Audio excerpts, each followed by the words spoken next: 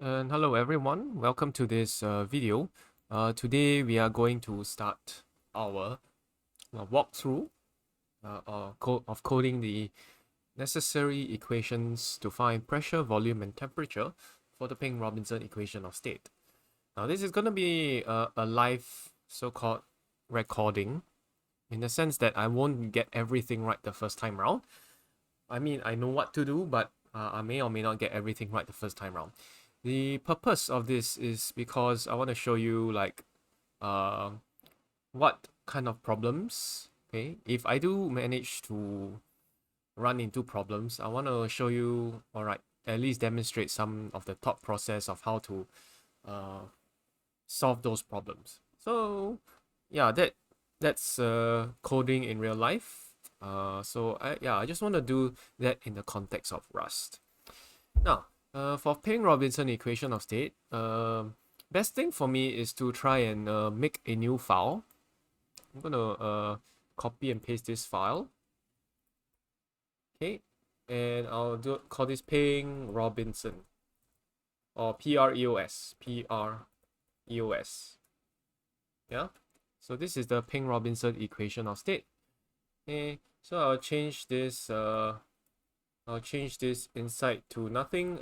Okay, what I like to do is use this thing called the to-do macro, because it basically tells you that this function or this whatever, this code is not done yet. Okay, it's still work in progress. So I like to do this, have this to-do thing down here, and I'll show you what it does in a while. Okay, so Peng-Robinson gas. Okay, I'll change the function name. Instead of ideal gas, I'll call this the Peng-Robinson gas, because we are using the Peng-Robinson, or at least we are going to try to use the Peng-Robinson equation of state to do it. Okay, so let me show you what the to-do macro does. Okay, so what I'm going to do is I'm going to go to terminal, and I'm of course going to keep the PDF on the right hand side so that you can see what we're trying to code. Yeah, let me open the terminal at the bottom, and I will just do cargo watch x run. Okay, so, and I forgot I need to ignore my CSV files because that's what we are doing the last time. So here we are. Now let's as mentioned before, we need to use the Peng-Robinson function, we need to use or include a new file. You have to use the module and then use create preos, use everything in there. In fact, you don't even really need a create there. This will actually compile as well. So the create is actually more of a, if I'm not wrong, a superficial, it's a little bit of boilerplate in that regard. Okay, so let's try running the Peng-Robinson what do you call it, function there, and we'll just give it a temperature. So let temperature of the instead of ideal gas, you'll call this the Peng-Robinson EOS gas. Okay, now let me try to get the correct name for the Peng-Robinson EOS. So this is the Peng-Robinson gas. Okay, so the get temperature Peng-Robinson gas here. Then I'll go here, yank it. That means I'm copying. To yank is to copy in Vim lingo. So that's it. Okay, take a look here. It says thread panicked at not yet implemented at Peng-Robinson EOS.rs. So what's Peng-Robinson EOS.rs? It's over here at line 9. You can see this is the line 9.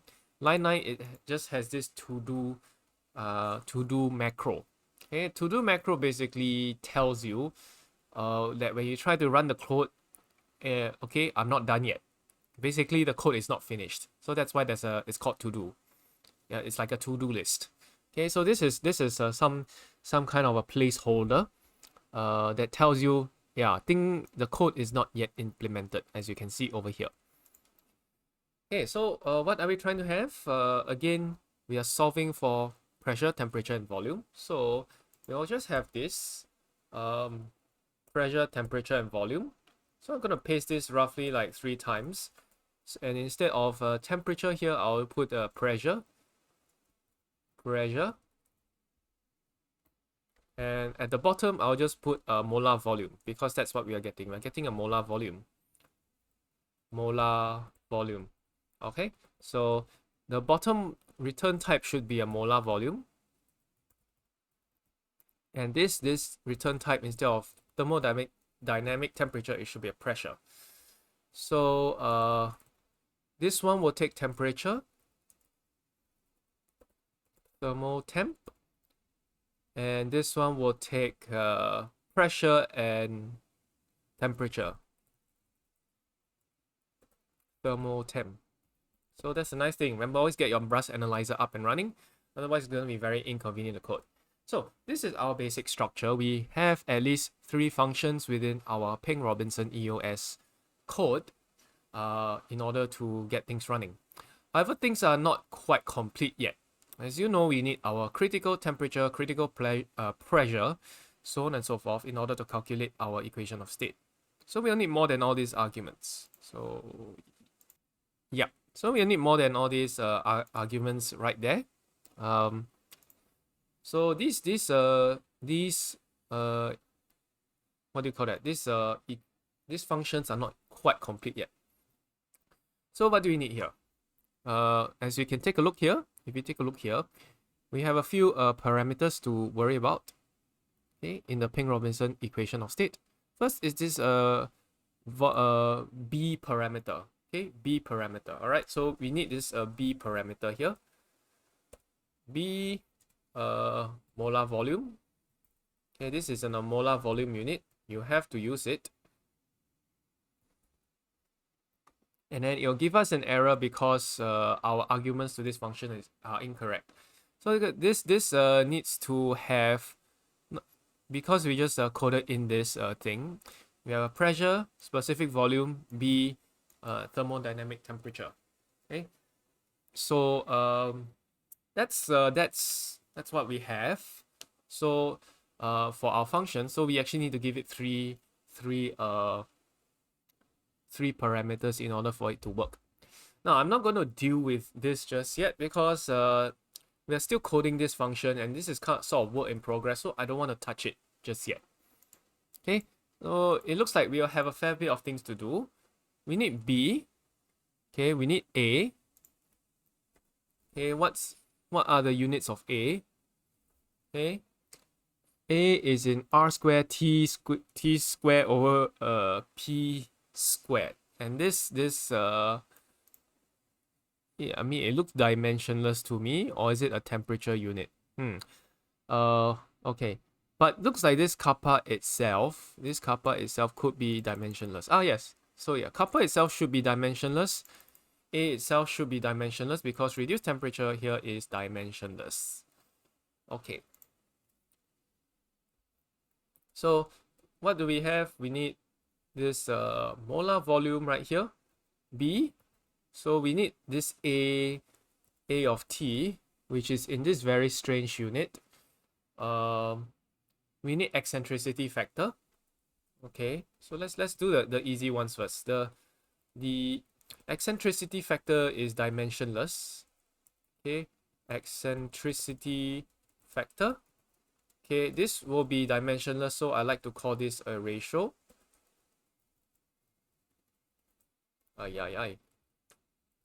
There you go. All right, eccentricity factor is a ratio, so I don't want to so-called touch anything. All right, reduced temperature. Well, if you're getting temperature from the Peng-Robinson equation of state, we can't really use temperature as an input, right? So we have to sort of, deal with that later. But things like R, TC, and PC, all these will need to be put in. Okay, let's do a critical temperature, thermotemp, and critical pressure. And this will be a pressure. Okay, let me make it nicer. Okay, so this will compile, no problem. It's just not doing anything yet. Now let's sort of tidy up our code a little bit here. Yeah. First thing first, we have this A in a very strange unit. Okay, there's this A in a very strange unit. We don't know what this unit is. It's R squared TC squared over PC. So if you take a look here, it's actually pressure over the molar volume squared. That's the unit. Okay, this is or rather pressure times molar volume squared. So you look at this equation here. This P is in pressure. So AT over V squared. So this is a V squared molar volume squared unit, V tilde square unit. Okay, so AT over molar volume squared. This is this whole thing should be a pressure unit. So if you find the unit of A, that is going to be, yeah, that's going to be a pressure times a molar volume squared unit. Now there is a way for you to define your own units. Okay, if you look online in UOM, the forums, you will be able to find a way to actually go and define your units. So let's explore what that looks like. So I'll quickly fast forward you to that bit so that you don't have to see me do Explorer or use Firefox to slowly search things out. All right, yeah, here we are. So if you go to I Like Turtles UOM, this is Mike Boutin. I don't know if I pronounce your name wrongly, I'm very sorry. But yeah, Mike's repository, I Like Turtles UOM. Just search under issues, custom units. You will see this topic number 244, if I'm not wrong. 244, and this very, very long name. I'm not going to even try pronouncing it. But here's how you do it. Okay, let's say you have a new unit. Okay, this is how you actually try to make a new type of unit. Okay, so this thing I'm going to copy and paste here, and I'm going to leave it inside the description, of course. Right, or rather, I'll just put it here. If you want a new custom unit, okay, you can actually look for this website, this forum issue. You'll be able to find it online. So this is called a type alias. Okay, now this is one way of doing things, but general idea in programming, whether it's Rust or any other kind of program, is that you try to keep it as simple as possible, unless you really need to make things complicated. So if you can get around this messy code, yeah, do it. Don't bother with the messy code, just get around it. Okay, so that's my take as well. Just try to keep things as simple as possible. Don't overcomplicate things for yourself unless you really need to. Okay, so we're trying to keep things simple. We'll try not doing the unit first, this making custom units. We'll try a workaround. Okay, so let's see a few things we need to do first. Okay, first thing first, we'll sort out the easier ones first. Okay, that's another thing about coding. Always try to sort out the easier problems first, so it gives yourself confidence, it gives yourself momentum. So the most straightforward thing here is to calculate kappa and to calculate B, because these do not depend on the temperature or pressure, only the critical temperature and pressure. So I want to make some functions here that I'll call later, and I'll call this get kappa, and then what you need to put in is an eccentricity factor, and you will return a ratio as well. This is a dimensionless quantity. Okay, and let's just put the kappa here. Okay, I'm gonna try copying and pasting it here into this code. It may or may not do well, but okay, it did better than expected. But okay, let kappa Okay, so this ought to be a ratio equals to 0. Well, whatever this amount is. I'm not going to try reading everything. Okay, this times the eccentricity factor. Okay, and minus eccentricity factor squared times this amount. So times eccentricity factor times eccentricity factor. Okay, a few things are going to be wrong. Of course, the syntax is wrong. I forgot the semicolon. Second thing, we cannot add a float. Yeah, we cannot add a float to a ratio. Okay. So you see there's a mismatch type right here. And let's try to return kappa. Okay, to return kappa, you can actually explicitly return like that, or you can just type the word kappa and it will be fine. Now, you can see that this thing here, it's wrong because you cannot add a float to a ratio, even though pretty much dimensionally they're the same. So we'll need to do something about that first before doing anything else. Okay. So let's just do that. We'll have to make a new ratio right here. Ratio new, and the unit will just be called ratio. I think I mentioned this before. Okay, but if not, well, here's how you actually define a ratio. And the unit is ratio. You'll need to import it just like any other unit. So hover over it, right click, see whether there's a quick fix right here. Okay, quick fix here, control dot. Okay, import the ratio. Okay, do the second one, ULM-SI ratio, because that's what the compiler is telling you to do. Use ULM-SI ratio, and it should be fine. Next thing is, let's see. Okay, Unicode character minus sign looks like a hyphen, but it is not. So this is a artifact of copying and pasting just now. The minus signs may not be the same, but this is an easily correctable syntax error, and this is fine. We got our get kappa. So let's just examine everything before going. So kappa, we have this 0.37464. Okay, 1.5226 omega. So 1.5226 eccentricity factor. So what I like to do is I'll put the plus down here so that you can actually see things term by term. Okay, try to keep your code as neat and readable as possible. That's a best practice thing, so that when you look back at your code, or when someone else looks back at your code, it will have less trouble. Okay, you'll have less trouble deciphering.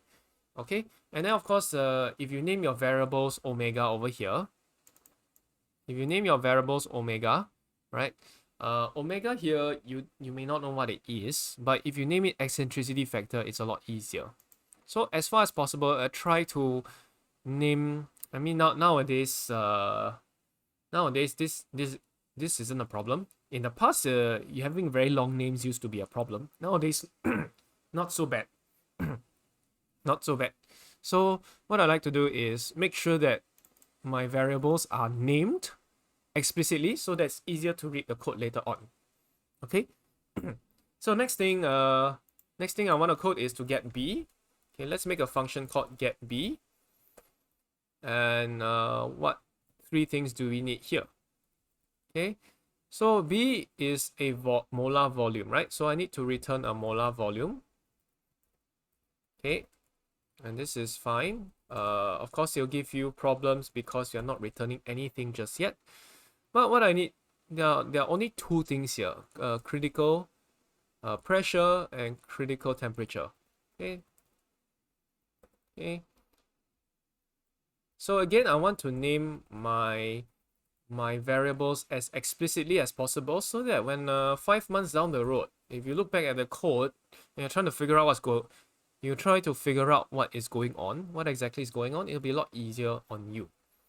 So okay, I'm going to create B. Okay, and I need the ideal gas constant.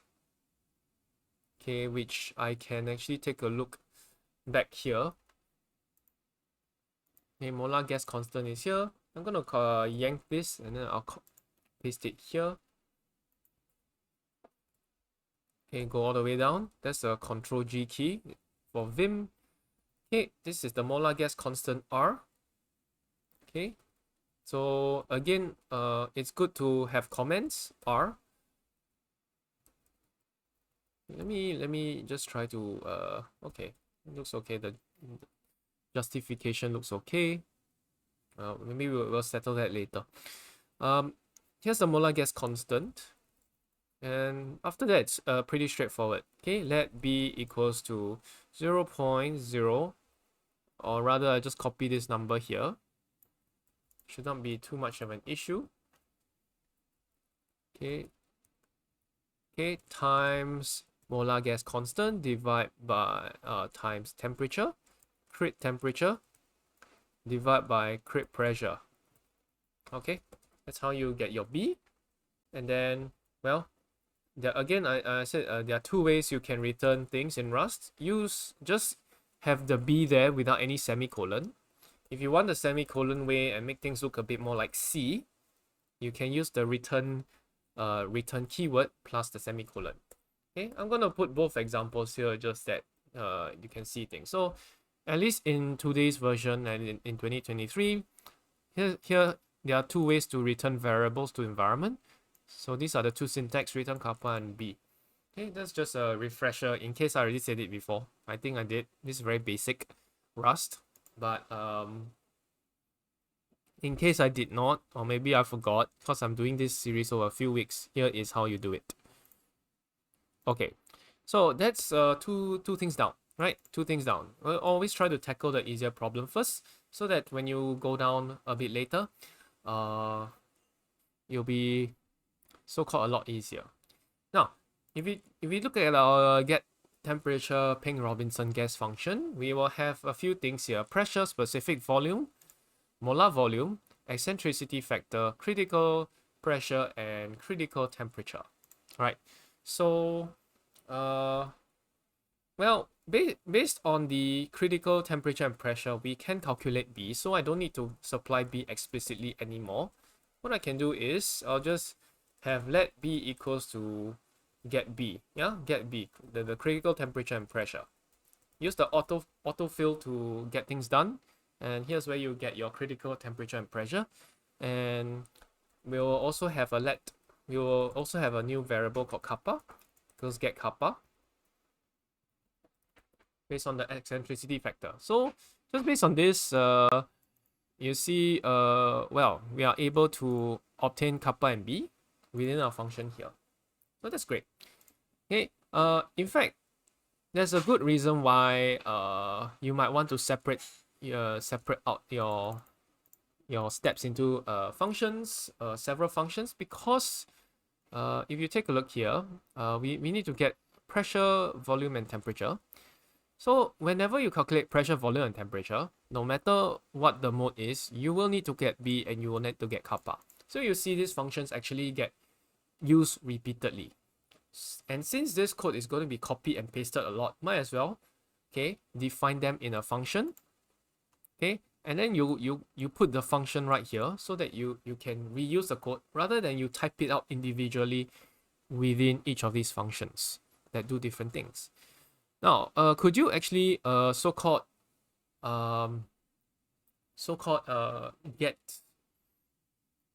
could you actually get everything within this get B and get kappa within here? Yes, you can. However, if you make a mistake in one of these codes, well, or rather, let's put it this way. You will have to repeat the same code, the same lines of code. That means you have to copy and paste these things like 3 times. Now that's not good because we want to keep our code as short as possible. However, the flip side is that it's sometimes easier to read. Okay, this is the procedural. We call this procedural programming. Procedural programming is where you don't have all these functions and everything. We just have everything in line. Okay, so this is, if you go to refactor, let me see whether you can inline. Yes, this is called inline. Yeah, if you actually inline everything, that means you have all of this over here. Then this is what we like to call procedural programming. Okay, now this is not pure procedural, but this is as procedural as we get. Procedural means you have step 1, step 2, step 3 inside our program. In this case, step 1 is the molar gas constant, we define it. Step 2 is to calculate the value of B. Step 3 is to return B. So this is very easy to read. However, you will have this piece of code repeated one time, 2 times, and 3 times. So not the best idea if you want to keep your code succinct. So I'm not going to do it that way. And this is why you often see code separated out. Okay, there are pluses and minuses to doing things like that. But the most obvious plus now is that we don't have to write code over and over again. Okay, I'm going to paste these things here and here, since we'll need to use it anyway, right? We'll need the kappa and we'll need B anyway. So I'm going to put this here, eccentricity factor, critical pressure, critical temperature. All right, this is what we get. Okay, and I'm going to justify it. I think in new Vim it's supposed to automatically justify and indent for us. Sorry, I think that the thing is called indent, not justify. Okay, they're supposed to indent things for us, but now it's not doing a great job. Okay, Vim will do it okay. Now in VS Code, it's not really doing a great job. Okay, but it doesn't matter. It doesn't matter. The most important thing is, hey, everything still works. The code still compiles. Okay. All right. So what next? Okay. Remember for the temperature Peng-Robinson gas, we will actually need to do a set a quadratic equation. Okay. We will actually need to construct a quadratic equation root finder, because this is going to end us up with a quadratic equation anyway. So this is a sort of an intermediate-ish problem. It's not difficult to do. It's just tedious. So again, generally the principle is, yes, we want to keep things simple. Second, also the good practice in coding is that, hey, I want to start off with the easier to do things first. At least it makes me feel better when I code. Yeah. It gives you momentum. Let's put it that way. It gives you momentum when you code. Okay, so let's do the easiest thing first. Easiest thing to do is to get pressure. Okay, when you get pressure, you don't really need to solve for anything at all. Okay, you just need to multiply these variables together. Okay, V minus B. This V minus B term. All right, this V minus B term, and then you'll have this eccentricity term right here. Okay, so we have RT over V minus B. This will be in the pressure unit, and then AT over V square. This or units of pressure over pressure V square over V square, or the molar volume equivalent. Where V is that molar volume, right? Yeah, we'll just shift this over. So RT over V minus B, we'll calculate that first. Then we'll subtract AT over V, this polynomial term here. Okay, so let's just do that first. Peng-Robinson gas. We'll get the molar, what do you call that? Get the pressure. Let's get the pressure. Okay. Okay, let's see. Get pressure, right? Yeah, it's recording, good. Yes, get pressure. So let's do a few things first. RT over V minus B, right? So well, what's R? R is the molar molar gas constant. So this is the molar gas constant. Okay, so that's this here. Okay, I'll just put this here, RT over V minus B. So these are comments. Okay, these are comments with a double forward slash. If there are 3 forward slashes, they're called documentation comments, but I won't get into that just yet. V here is the molar volume. Okay, so what is this called? RT over V minus B. Okay, this is a pressure unit. Okay, and I'm gonna just do that. R molar gas constant times temperature divide by specific volume minus B. Yeah, that's it. Very simple. So the units are correct. Now I want to change this specific volume naming into like a molar volume. So let me just do that here. To do this, we can use the rename symbol. I think you can do it in Vim as well. Anything with a VS Code, not of VS Code, with the LSP, language server protocol, you should be able to do this. So I'll just call it molar volume. And then all the instances of the molar volume will change automatically. So molar volume changes here. Yeah, so molar volume changes here. Yeah, there was a thunder strike outside, so yeah, never mind. Molar volumes here. And yeah, here's RT over V minus B. Then let's get this A term as well. This A term over here. So to get the A term and this whole V minus B term here, I will call this the eccentricity term. Okay, eccentricity term. So now to calculate A T over this long thing, right? V plus B plus B, V minus B. That's a very, very long thing. So let's do this thing here, right? I'm going to calculate the denominator. Okay, let denominator. Okay, because this thing here is the denominator. And this thing will be a volume squared unit, but I'm not going to type it out explicitly. I will let Rust do the compiler do the automatic type inference. Meaning to say that type inference is basically let I equals to 3. Yeah, we didn't specify the type here, right? But if you take a look and you hover over I, you'll see that this is automatically typed as an I32, 32-bit integer. So Rust does do automatic typing if it's obvious enough. So that's one of the nice user-friendly things about Rust.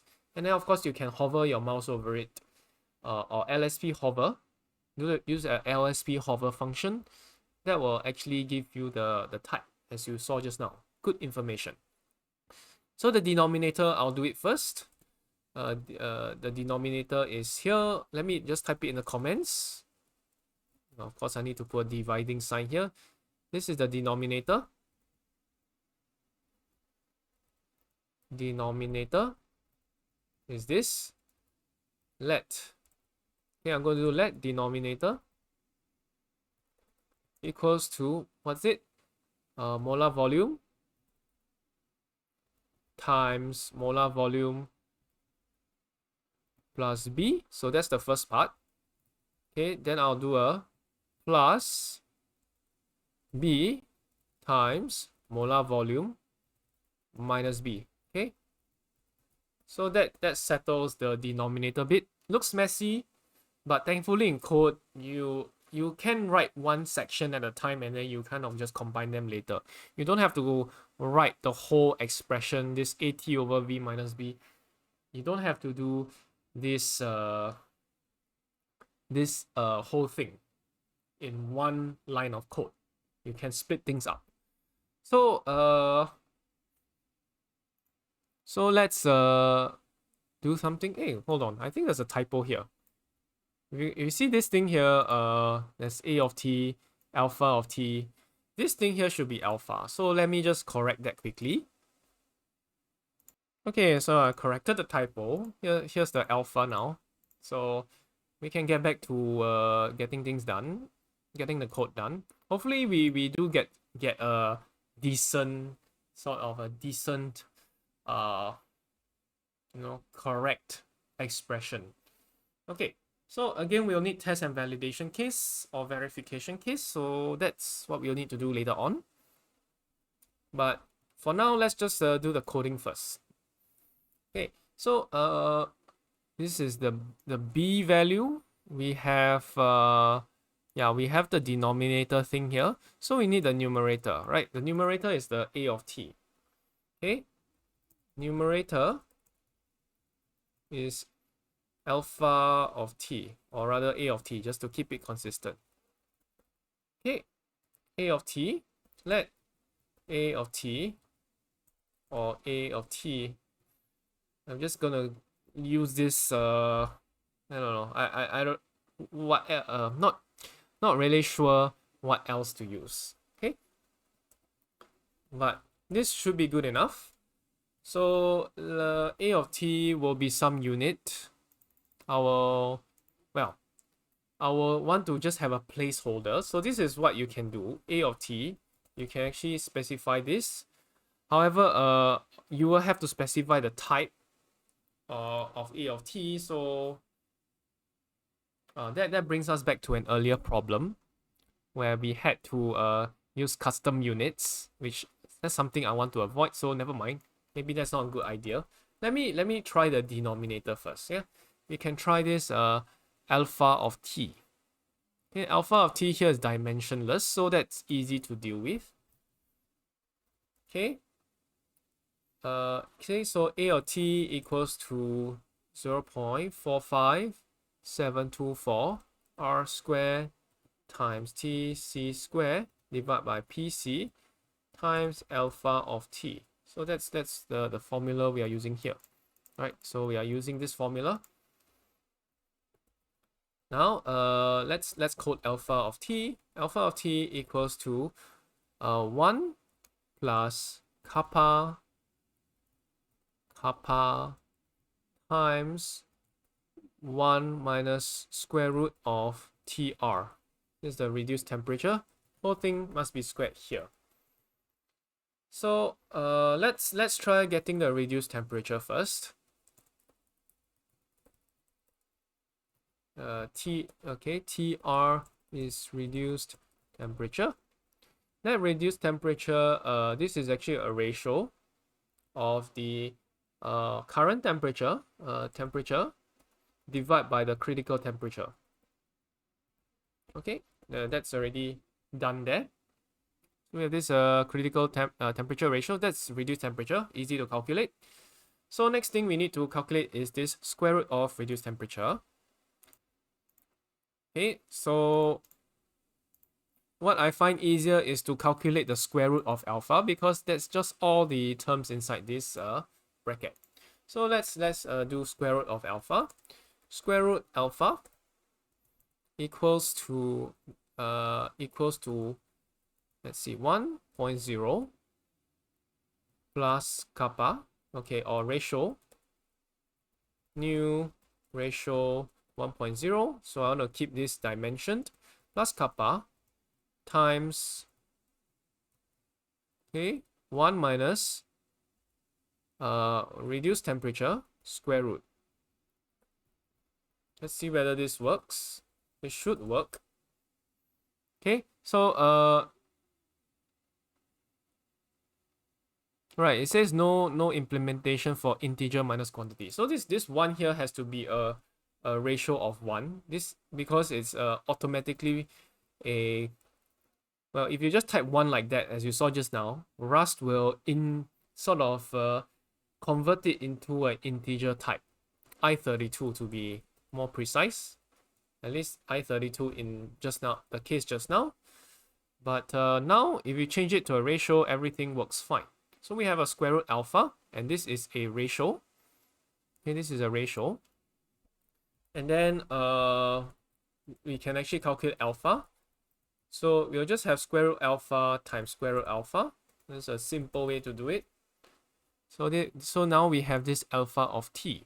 And we have this alpha of t term. No problem. So now we have alpha of t, we can calculate the numerator a of t. Let numerator equals to, again, 0.45724 times molar gas constant, that's R.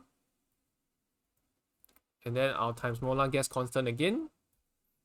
And because I find working with the units of measure, the squaring is a bit cumbersome. So I'll do it like that for the time being. And it's worked pretty well for me so far. So I don't want to change anything just yet.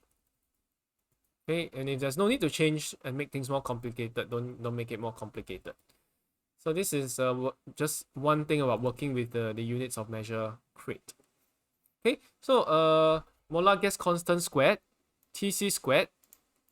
And next thing I will want is divide by the critical pressure times the alpha of T, and that is our numerator here. This numerator here is A of T. Now we have this, we can have the A of T divided by this whole V term, and I'll just call this the eccentricity term. The eccentricity term, because why is it called eccentricity term? Because it has this, it's to do with this eccentricity factor right here. Okay, I'll call this eccentricity term. It will be a ratio. And let me do this here. The eccentricity term will be the numerator divided by denominator. Okay. Okay, let's see whether we have, yeah, we do have a problem. Our eccentricity term is not a ratio, it's a pressure. Okay, so good thing, we have these units of measure. Because it helps prevent careless mistakes like this. Like, you know, you expect a certain unit, but then you do your calculations halfway and you realize they're the wrong unit. So this units of measure crate helps you to debug some of those unit errors very early on, so that you don't have to do testing again and again just to debug. Anyway, I did mention that before, but I really love this crate. Okay. Okay, enough of me yapping. Let's get to solving the solution. Solving for the pressure. So we have the RT over V minus B, that's one, and then we have to subtract off this eccentricity term. That will be the pressure. So okay, RT over V minus B minus eccentricity term. Let pressure equals to RT over V minus B minus the eccentricity term. And this will be your pressure. Then I can just return the pressure to the environment or return it to the function.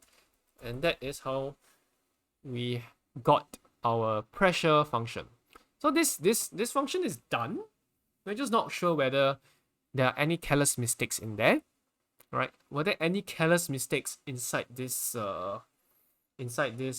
calculation function that might have caused it to not perform correctly? So if you want to check whether things are correct, we'll need to do things called unit test. Okay, unit test is precisely to make sure that our code is functioning correctly. Okay, we'll talk about that. Maybe we'll cover that in the next video. But for now, I'll stop because this is getting way too long. I'll see you guys next time.